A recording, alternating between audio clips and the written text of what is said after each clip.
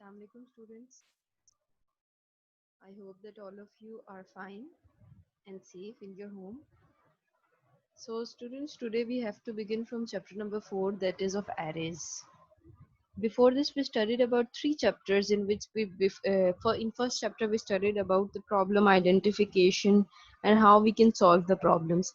Later on we discussed about a few commands and statements of GW Basic in our second chapter. And in third chapter, we studied about a few statements that was of conditional transfer of control and unconditional transfer of control in our third chapter. Now the fourth chapter is all about arrays. Arrays क्या होते हैं? When we are saying that there are different things and we have to put these all things in one row or in one cell or in one block, we might say that this is an array. Okay, let's begin with the chapter 4.1 introduction. In previous chapter of this book, we have written simple programs in which less number of variables has been used as numeric or string variables. If we have to use 100 or 1000 different variables in a program, it will become difficult to handle them. For example, a program has to store names of 100 students in a computer. It needs 100 different variable names. So an array can solve these types of problems by defining names instead of contingent memory location, defining several names for string different values. Arrays are used to process a large amount of data of same type. So now in the introduction, I think you will be able to understand by reading this that before this chapter, when we are not familiar with the term array, we were only using 2 variables or we were only using 3 variables in our program. We studied all the programs till we have studied now in till chapter number 3, that only consist of 2 to 3 variables in a program. That was very small programs when all of them were very basic programs. So when if we are dealing with different variables, for example, if we want to make a computer program and we needs to store the marks of the students of whole school, अगर पूरे school के बच्चों के marks हमने enter करने हैं, then we will need multiple variables, hundreds हमें variables चाहिए होंगे जिसके अंदर हम हर बच्चे का नाम स्टोर करेंगे. So for this purpose आपको अरे का कंसेप्ट दिया गया कि अरे के कंसेप्ट से क्या होता है कि आप उन सारे बच्चों के नाम एक ही ब्लॉक में स्टोर करवा दो और उस पूरे ब्लॉक का एक नाम रख दो. ठीक है, फॉर एग्जाम्पल आप नाम लिख दो लिस्ट ऑफ स्टूडेंट्स, एक नाम लिख दिया और उसके अंदर आपके hundred and thousands of students के नेम जो हैं वो स्टोर हो सकते हैं. Okay, so in the last line of the introduction, there is a definition. Array are used to process a large amount of data of same type. अब now it is an important thing of same type. Same type का यहाँ पर क्या मतलब है? Same type means that if we are using the string type data, मतलब अगर हम names लिख रहे हैं तो वो string type का data, alphabetical data है, तो उसके लिए हमारे पूरे array के block के अंदर सारे string values ही आने चाहिए, सारे names ही आने चाहिए. ठीक है, उसके अंदर हम किसी का एड्रेस या किसी का फोन नंबर स्टोर नहीं करवा सकते because array should be of same type. If we are storing values that are of numeric type की अगर वैल्यूज हम स्टोर कर रहे हैं तो अरे के अंदर, पूरे अरे के अंदर हम न्यूमेरिक टाइप का ही डाटा सिर्फ स्टोर करवा सकते हैं. ओके,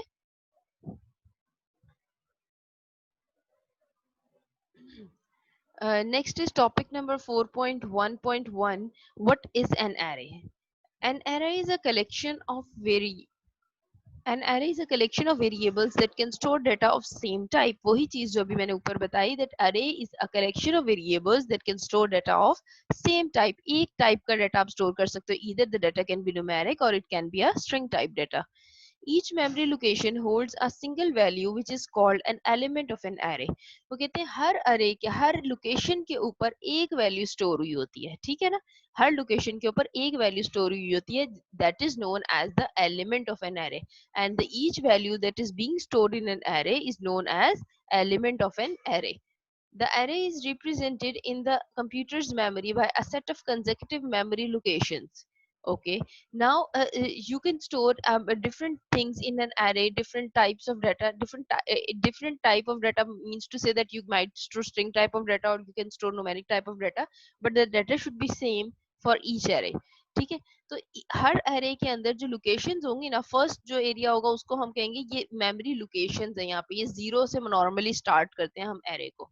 ठीक है, मैं आपको एक यहाँ पर डायग्राम ड्रॉ करके दिखाती हूँ, लाइक दिस।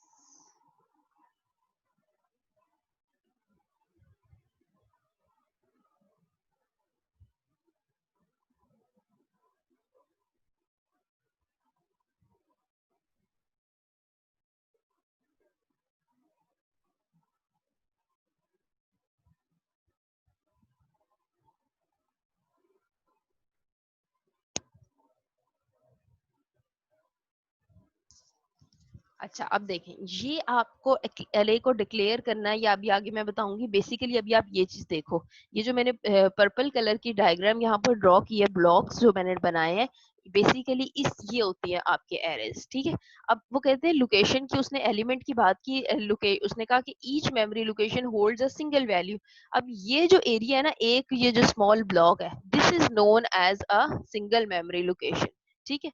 अब हर लोकेशन के अंदर एक एलिमेंट स्टोर होता है आपके एरे का। यहाँ पर कोई वैल्यू स्टोर हो सकती है, यहाँ हो सकती है, यहाँ हो सकती है और यहाँ हो सकती है, ठीक हो गया।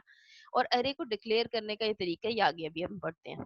The memory locations are referred to as elements of an array. Each array is given a name and the elements of an array are accessed with reference to their position or location number. अब हर array के element का ना location number होता है या position होती है, ठीक है। This position number is called index और सबस्क्रिप्ट, ठीक है। हर लोकेशन जो नंबर होता है उसको हम इंडेक्स कहते हैं या सबस्क्रिप्ट कहते हैं। ये बहुत इंपॉर्टेंट डेफिनेशन थी ये। द सबस्क्रिप्ट और index value is written in parenthesis with the name of array. अब वो कहते हैं सबस्क्रिप्ट या इंडेक्स की वैल्यू जो होती है वो अरे के नाम के साथ पैरेंथेसिस में लिखी जाती है, ठीक है। पैरेंथेसिस में लिखी जाती है यहाँ पर, ये आप देख सकते हो, एरे का नाम है और उसके बाद पैरेंथेसिस बने हुए हैं। इन पैरेंथेसिस के अंदर, इन ब्रैकेट्स के अंदर आपको एरे का जो एरे का इंडेक्स होता है या एरे का सबस्क्रिप्ट होता है वो लिखा जाता है यहाँ पे।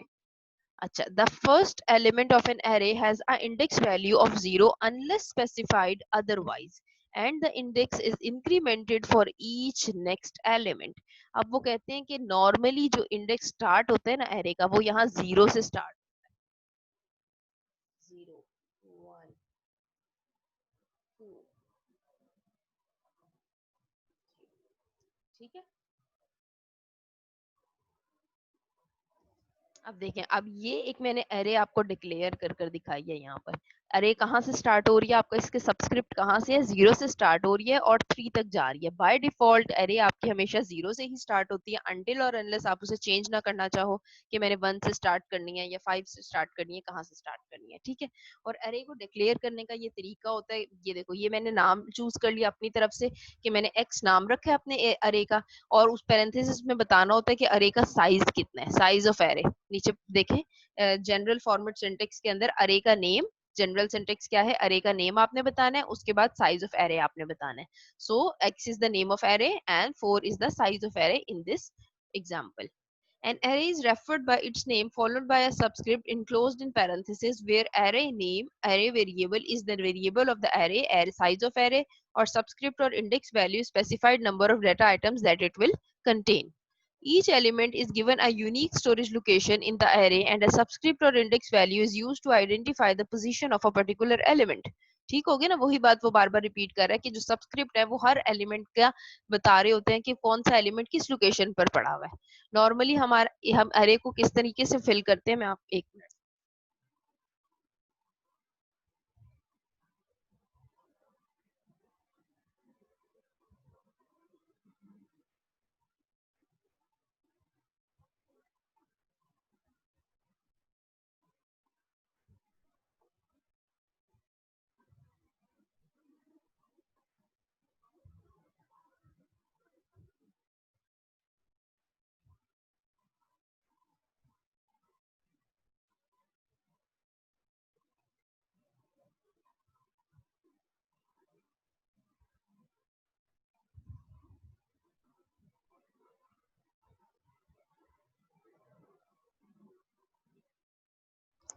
अब देखो, ये ब्लॉक जो मैंने अंदर बनाया उसके अंदर मैंने 2 5 7 और 1 लिखा, तो फर्स्ट एलिमेंट जो अरे का है उसका उसकी जो वैल्यू है वो क्या है, 2। सेकंड एलिमेंट की वैल्यू क्या है, 5। थर्ड की वैल्यू क्या है, 7। फोर्थ की वैल्यू क्या है, 1। ठीक हो गया। अब ये जो सबस्क्रिप्ट है ना, ये नीचे हम लिखते हैं, ये जो एक्चुअल होता है ना कि ये कौन सी पोजीशन जो है वो हम नीचे लिखते हैं, यहाँ पे हमें बताने के लिए, समझने के लिए हम इसे लिखते हैं बेसिकली। ठीक है, तो जो सबस्क्रिप्ट की वैल्यूज होंगी that we will write in the block after it, and actual values are being written in the array. Now these four are the values of the array 2, 5, 7 and 1. Okay, and each location is being identifying a particular element. Her location 0 पे particular element store हुआ हुआ that is 2, 1 पे एक particular element store हुआ हुआ that is 5, 2 पे एक element store हुआ हुआ that is 7, and in 3 there one element has been stored. Okay, so this was the basic general concept of array.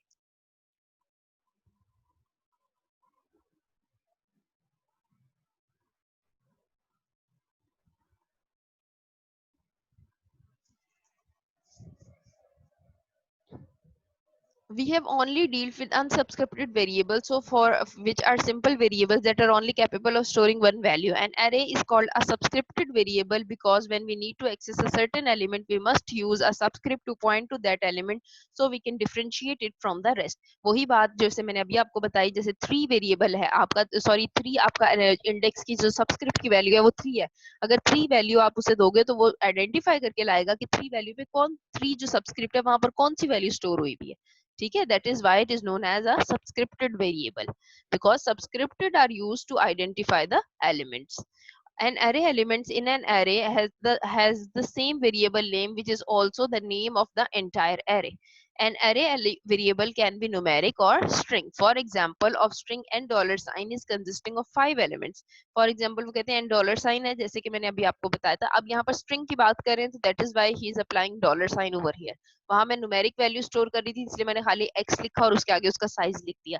अब अगर मैंने यहाँ अंदर नाम स्टोर करवाने थे तो मैं लिखती x डॉलर साइन। ठीक है, अब यहाँ पर उसने आपको स्ट्रिंग की बात कर रहे हैं, that is why he has written n dollar sign.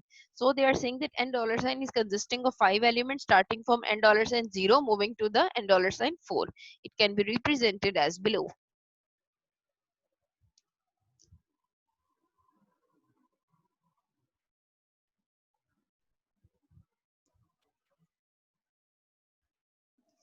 ये देखें, now they are storing n dollar sign 0, they are storing n dollar sign 0 में they are storing a value that is Salim, n dollar sign 1 is storing Asma, n dollar sign 2 is storing Majid, and dollar sign 3 is storing Bushra, and dollar sign 4 is storing Mahmood.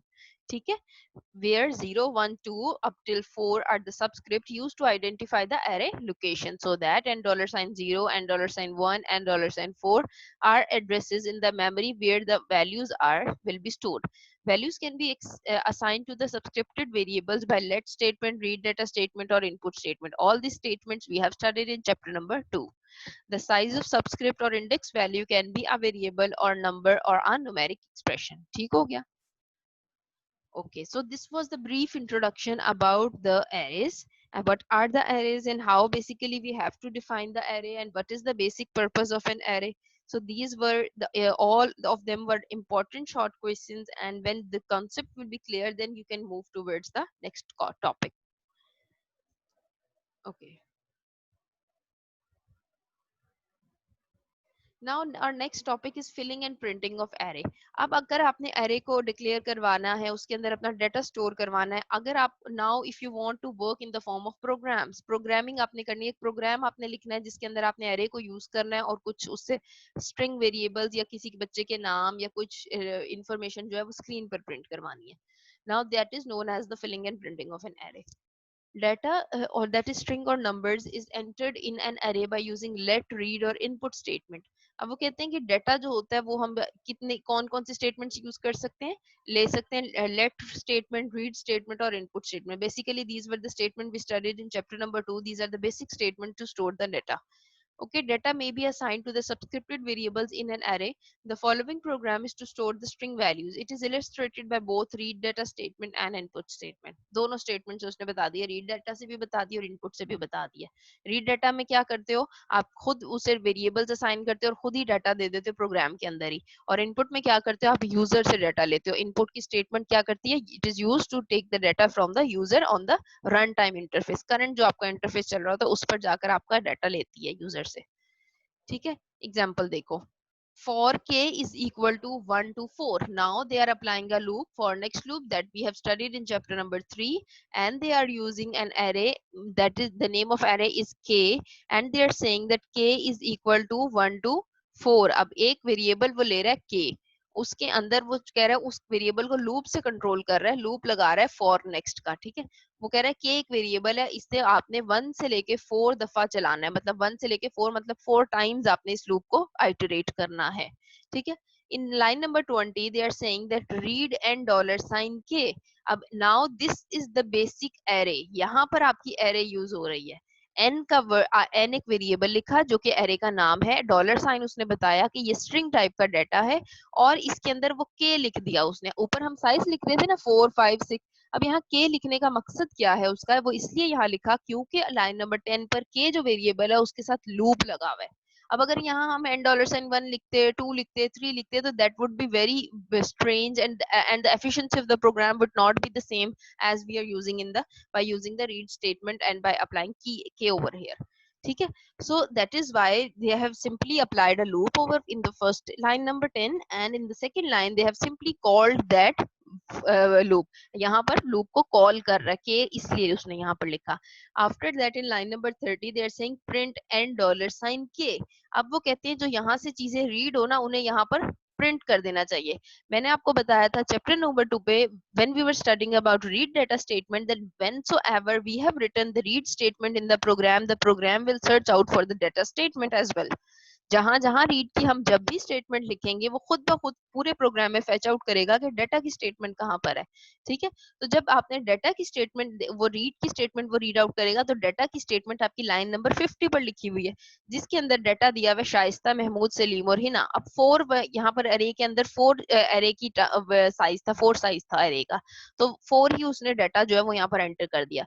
तो जब यहाँ से data read होगा तो first time जब ए की value 1 होगी, तो प्रिंट जब करना है इसने, तो पहली क्या चीज प्रिंट होगी, आपकी शाइस्ता का वर्ड प्रिंट होगा। फिर जब के की वैल्यू 2 होगी, फिर क्या प्रिंट होगा, महमूद। जब 3 होगी तो सलीम, जब 4 होगी तो फिर हिना का वर्ड आपकी स्क्रीन पर प्रिंट हो जाएगा और आपका प्रोग्राम टर्मिनेट कर देगा। ये देखो रन के बाद आउटपुट स्क्रीन दी होती है, शाइस्ता, महमूद, सलीम और हिना, ये आपकी स्क्रीन पर प्रिंट हो गया है, ठीक है।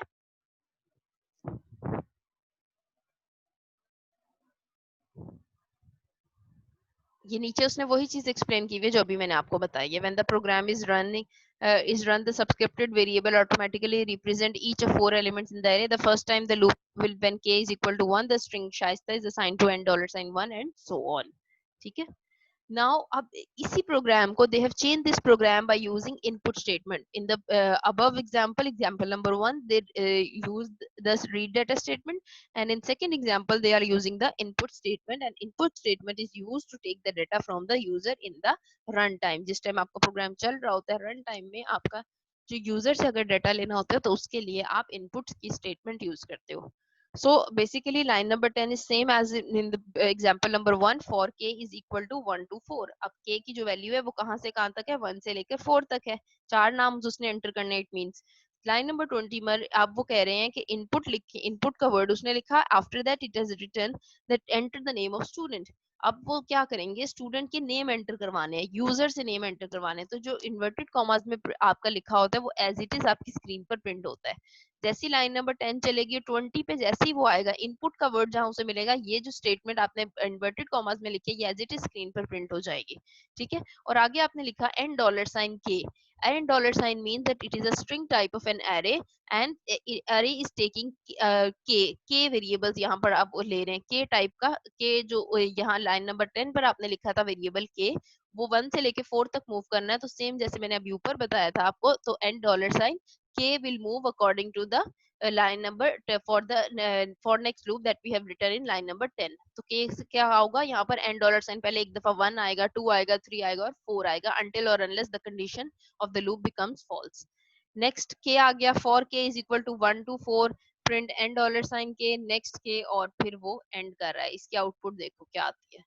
अब देखो यहाँ पर वो 2 दफा आपका लूप चला रहा है। This is one of the most interesting thing over here. पहली दफा तो जब लूप चलाएगा तो ये 4 दफा आपकी प्रिंटिंग हो जाएगी, enter the name of student, ये 4 दफा प्रिंट हो जाएगा और उसके बाद 4 दफा आप इसे नेम्स दे दोगे, आगे एक नेम लिखोगे, फिर नेक्स्ट एंटर प्रेस करोगे तो 4 दफा ही चलेगा। यहाँ तक तो समझ आ गई हमें 30 लाइन तक, ठीक है। ये नेक्स्ट के जो है, ये लाइन नंबर 10 से 4 जो लिखा उसके लिए नेक्स्ट लिखना जरूरी होता है। After that, in line number 40, they have again applied the loop. For k is equal to 1 to 4, print and $sign k. अब दोबारा से वही लूप एक और दफा लूप लगा रहे हैं, तो फिर क्या होगा?